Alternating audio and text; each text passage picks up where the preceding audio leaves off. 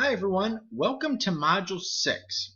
For Module 6, you're going to be reading Chapter 29, Chapter 30. I also have both articles and videos for you to review as well. And you have discussion board number 5. For discussion board number 5, you want to make sure to have your initial post in by Thursday night. You want to make sure that your initial post contains an APA formatted in-text citation and reference. You want to make sure to have 2 peer responses, and your 2 peer responses should be related to any of the questions that I post or to your peers. And you make sure that it's at least 1 paragraph in length. For this week, it's going to be a very challenging question. And what this concern is, you want to make sure to look at how the economy is doing right now.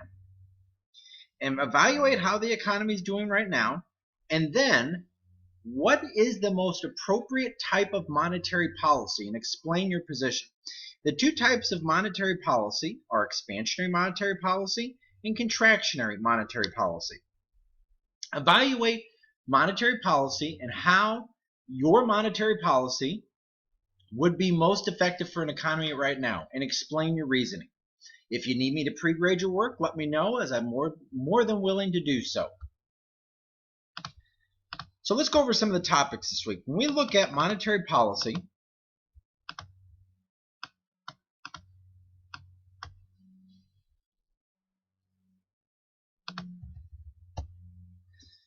we're looking at the role of money. And money carries 3 functions: medium of exchange, unit of account, and store of value. When we look at medium of exchange, this is how buyers buy goods and services. Unit of account is looking at the prices, and store value is looking at how much a good, or how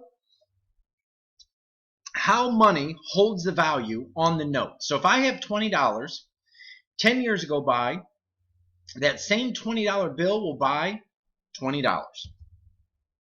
There's 2 kinds of money in our economy. There's a commodity money and fiat money.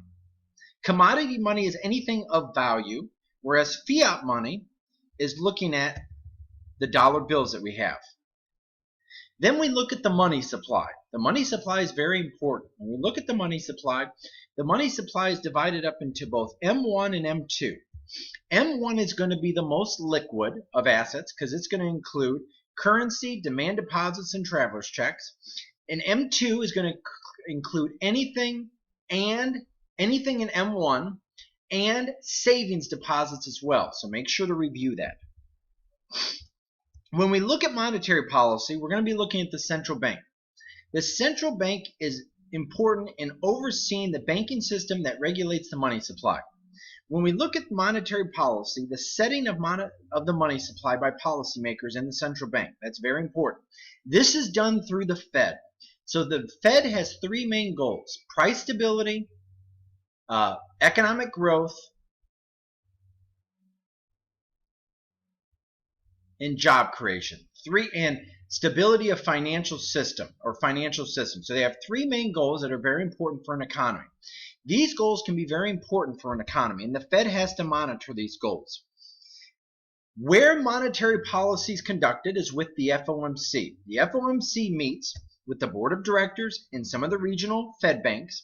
They meet to decide what they should do with the economy. Should they raise interest rates, or should they lower interest rates?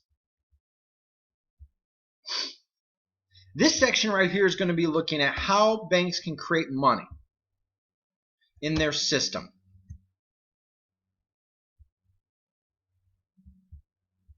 Now, open market operation. The Fed has 2 types of open market operations.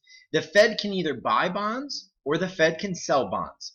If the Fed decides to buy bonds, you'll notice that if the Fed buys bonds, this will cause the money supply to increase and interest rates to decrease. If the Fed decides to sell bonds, money supply will decrease, interest rates will increase.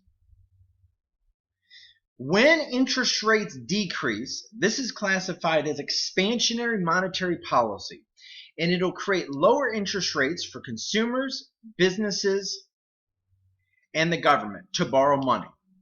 This will stimulate people to want to borrow money.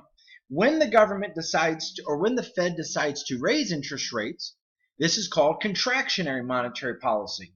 And with contractionary monetary policy, you'll notice that consumers, businesses, the government will not borrow as much money. This will cause them to slow down their spending and the economy will slow down. So these are some of the concepts that we're going to be focused on this week. If you need any additional resources, please let me know, as I'd be more than willing to assist. And I can easily pre-grade your work as well, but I look forward to your effort this week.